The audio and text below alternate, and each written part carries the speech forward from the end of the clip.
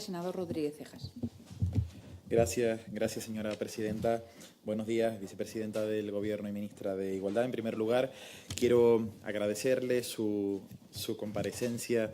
en esta comisión, una comparecencia que habíamos solicitado desde la agrupación Erreña Independiente y Coalición Canaria.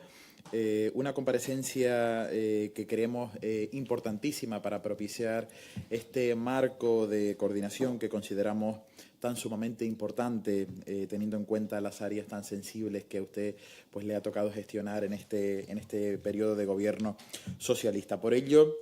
empiezo deseándole de corazón la mayor de las suertes, porque de su acierto dependen políticas vitales y tan sensibles como aquellas encaminadas a lograr la igualdad real entre hombres y mujeres y por qué no, a combatir esas violencias que se ejercen sobre las mujeres. Ayer escuchábamos en esta misma Cámara que a día de hoy no hay diferencias entre hombres y mujeres en nuestro país. Una afirmación con la que no solo no estamos de acuerdo, sino que voy a enumerar una serie de retos en los que creo que debemos avanzar para efectivamente lograr esa igualdad que a día de hoy, por desgracia, carecemos en muchos ámbitos. Voy a empezar hablando del deporte. Sé que esto es un tema quizás un poco transversal porque afecta más que nada al Ministerio de Deporte, pero bueno, también estamos hablando de un tema de igualdad, por lo cual creo que también viene a colación. Nosotros hemos propuesto en esta misma comisión que se equiparen los premios económicos en las modalidades, entre las modalidades masculina y femenina en todas aquellas competiciones deportivas. Creemos que se debe modificar esa ley del deporte para que se apliquen los criterios de igualdad tan necesarios y muchas veces tan ausentes en las diferentes competiciones deportivas, además de, ¿por qué no?, homogeneizar el esfuerzo que se hace en la promoción, en la difusión mediática de las competiciones. Por otra parte, señora vicepresidenta, también nos gustaría hablar o poner sobre la mesa el tema de la publicidad sexista. Consideramos que se deben combatir aplicando tanto medidas de carácter normativo como otras medidas de carácter educativo y de concienciación social, con el fin de poner fin a esas conductas de dominación del hombre sobre la mujer y evitar que se sigan adoptando por las nuevas generaciones esos roles y esos patrones de patriarcado. Creemos que se debe aplicar la normativa precisa para que se impida a los medios de comunicación, tanto impresos como audiovisuales, que se lucren, tal y como está sucediendo todavía en pleno siglo XXI, en el año 2018, que se lucren con la explotación sexual de las mujeres, ofreciendo y ofertando servicios en anuncios o publicidad, servicios sexuales. También consideramos necesario, referente a la publicidad sexista, que se debe impulsar junto a la Asociación Española de Fabricantes de Juguetes un nuevo marco, ¿por qué no?, para que ese código de la publicidad infantil de juguetes aclare la necesidad de abordar la publicidad desde un ámbito más igualitario, desde una visión más igualitaria que contribuya, como les decía, a romper con esos patrones de patriarcado y esos roles sexistas que por desgracia han perdurado hasta nuestros días, porque estamos en plena campaña de Navidad y solamente tenemos que observar los medios de comunicación, tenemos que observar pues las revistas de juguetes para seguir comprobando cómo sigue habiendo juguetes de niños y juguetes de niñas, cómo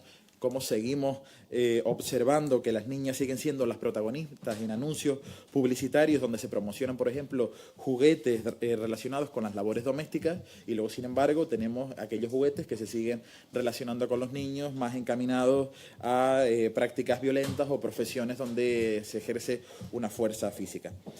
También consideramos, en materia normativa, que se debe redefinir el concepto de violencia de género en la Ley 7/2010 de 31 de marzo, General de la Comunicación Audiovisual, entendiendo como violencia cualquier tipo de conducta que vaya encaminada a perpetuar la dominación del hombre sobre la mujer. Esto nos ahorraría que en la parrilla, por ejemplo, de las televisiones de este país se continúen emitiendo programas donde todavía se continúan perpetuando esos roles sexistas. Y por último, le voy a hablar pues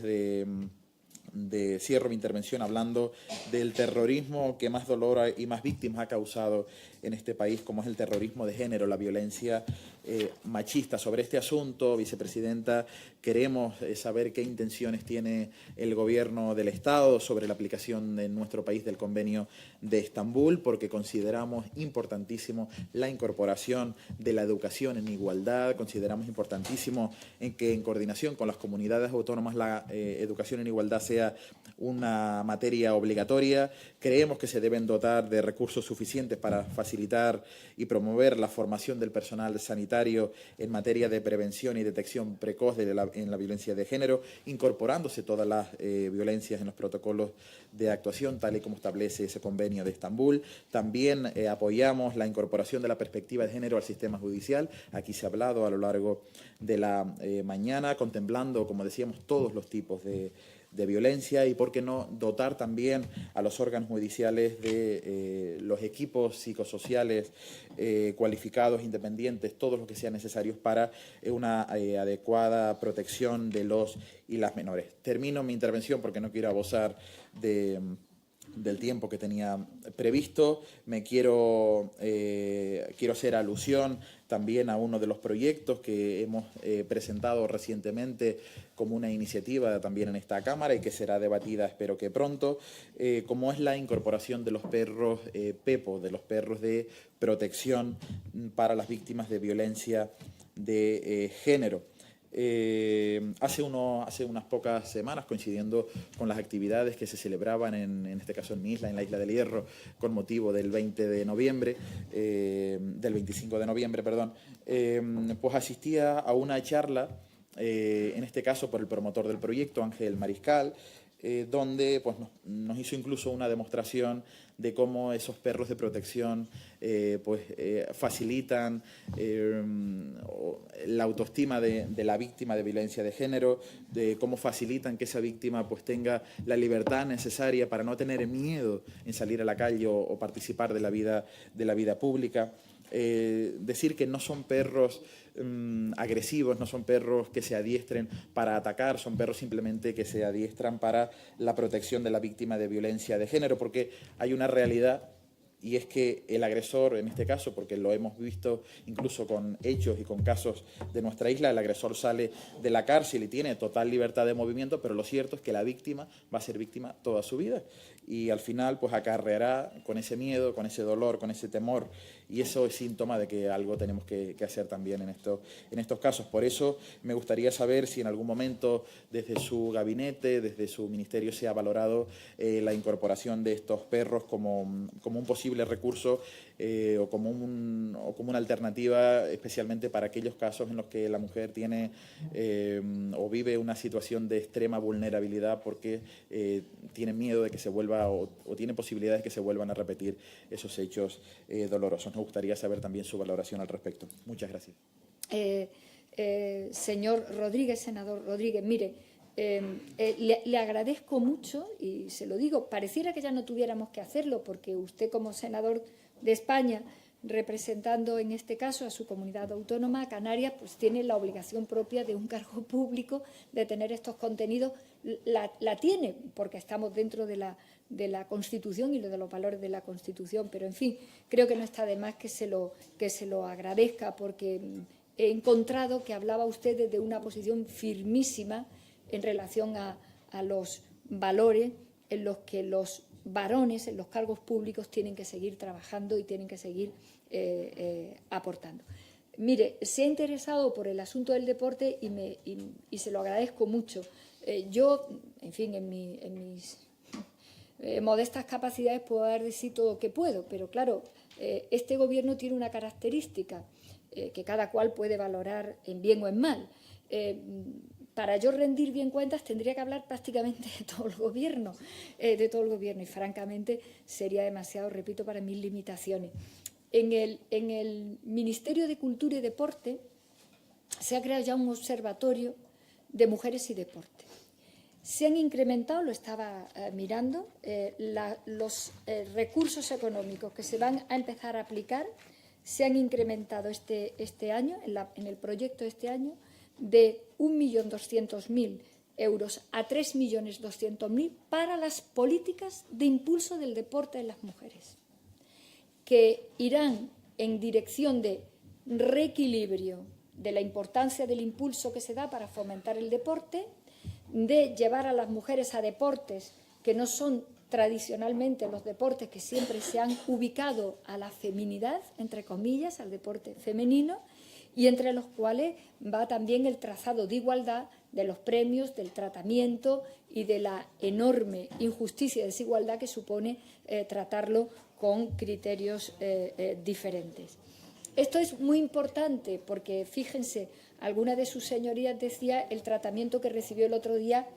creo que la mejor futbolista del mundo, siendo el fútbol una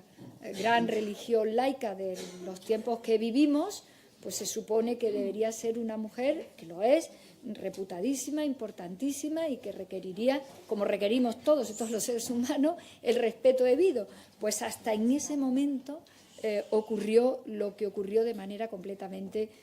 insoportable. Y se lo agradezco porque el deporte es un ámbito que se está resistiendo mucho a la igualdad. Curiosamente, el ámbito del poder, que siempre hemos pensado las mujeres y las feministas, que se resistía mucho, y es verdad que se resistía y que se sigue resistiendo mucho, pero curiosamente el deporte tiene una resistencia tremenda. En fin, hay por ahí trabajos muy interesantes que dicen que en el deporte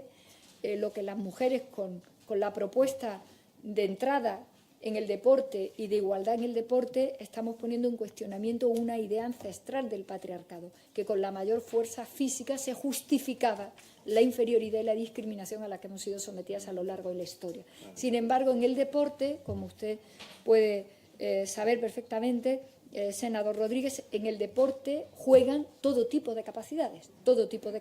no solamente las físicas, también las cualidades de aguante, de resistencia psicológicas, y naturalmente el deporte medía por el rasero de las capacidades masculinas las capacidades femeninas, lo cual es completamente atrabiliario en relación a los principios de igualdad. La igualdad ha evolucionado desde su primera formulación en la propia Revolución Francesa, considerar que la igualdad de las mujeres consistía en ser tratadas como los varones, a la igualdad en la equidad, que es que nosotras solo podemos ser tratadas en relación a nuestros propios criterios y también a nuestras propias categorías. Esto lo está transformando todo. Las pruebas de acceso a algunos cuerpos importantes donde se requería destreza física. El gran concepto de igualdad al que ha evolucionado en la segunda mitad del siglo XX es la igualdad en la diversidad, la igualdad en la equidad.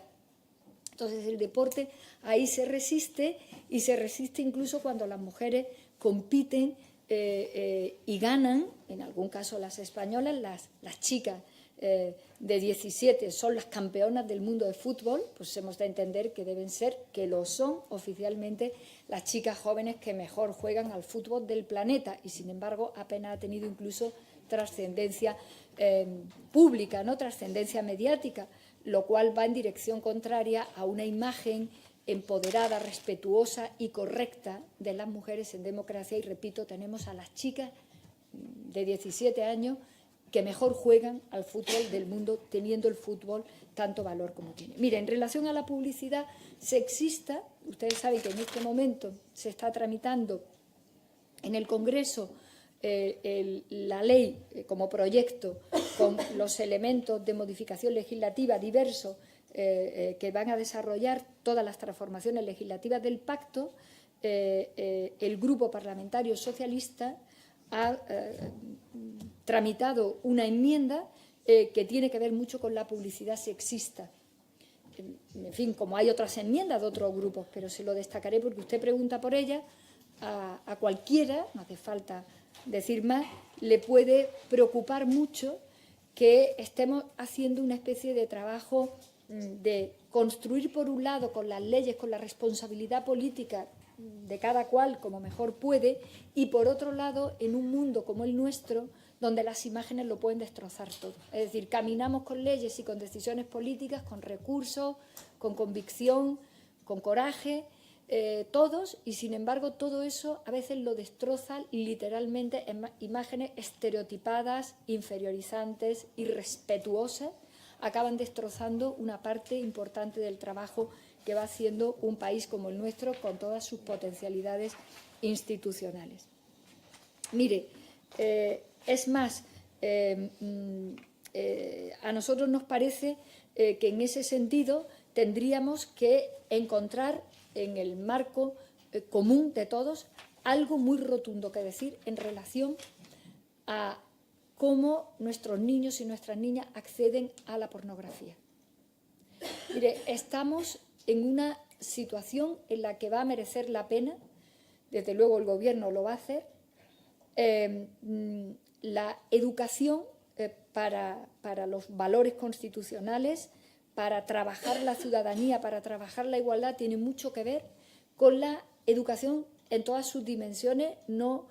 puramente constitutivas de las materias académicas. Va a tener que ver con la educación sentimental y sexual, es decir, con la información que los niños y las niñas reciben en el ámbito académico, además de su ámbito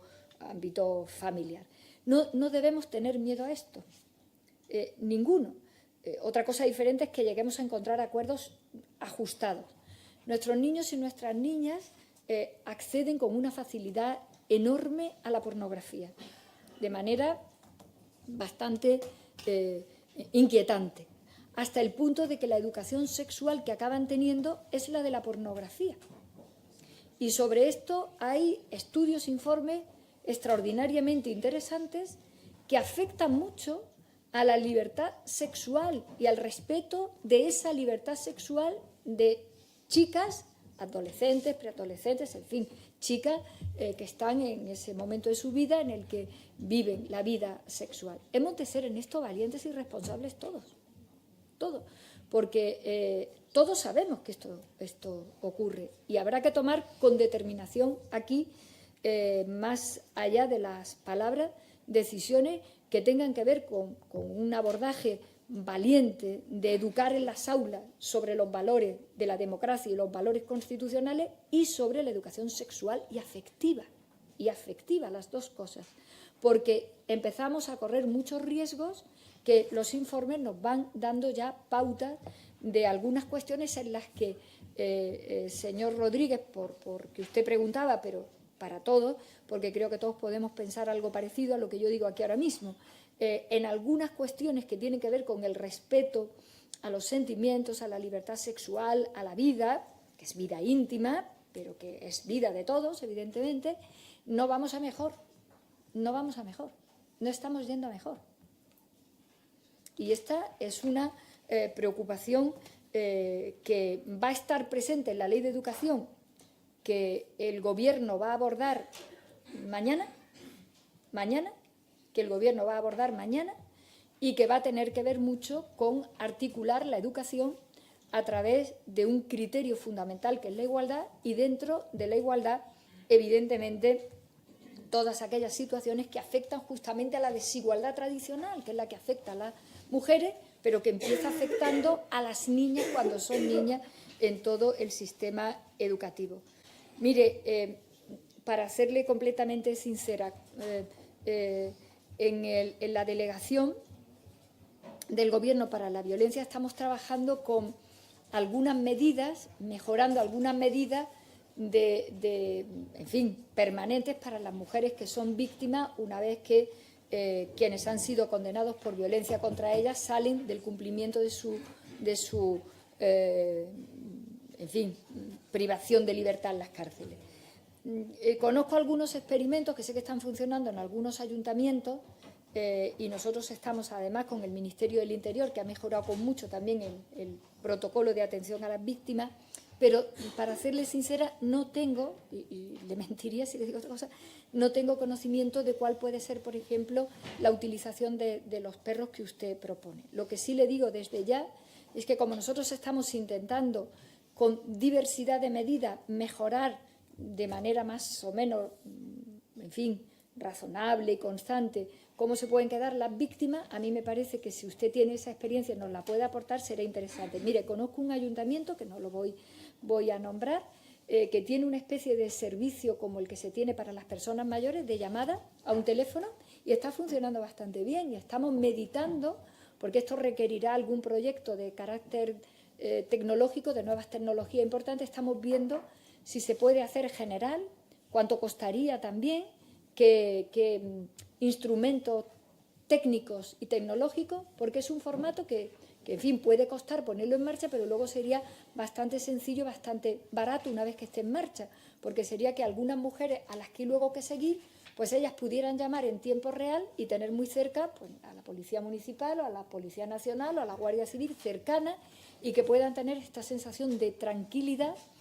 cuando el periodo de protección ya ha desaparecido, etcétera, etcétera. Nosotros estamos trabajando sobre esto y conozco alguna experiencia, pero francamente esta de los perros de ayuda no la conozco, pero si usted tiene conocimiento de ella y nos la facilita, nosotros estamos ahora reflexionando sobre esto, y si fuera una idea, en fin, para mejorar, como usted comprenderá, en esta materia vamos a ir hasta donde podamos ir llegando todos, ¿no?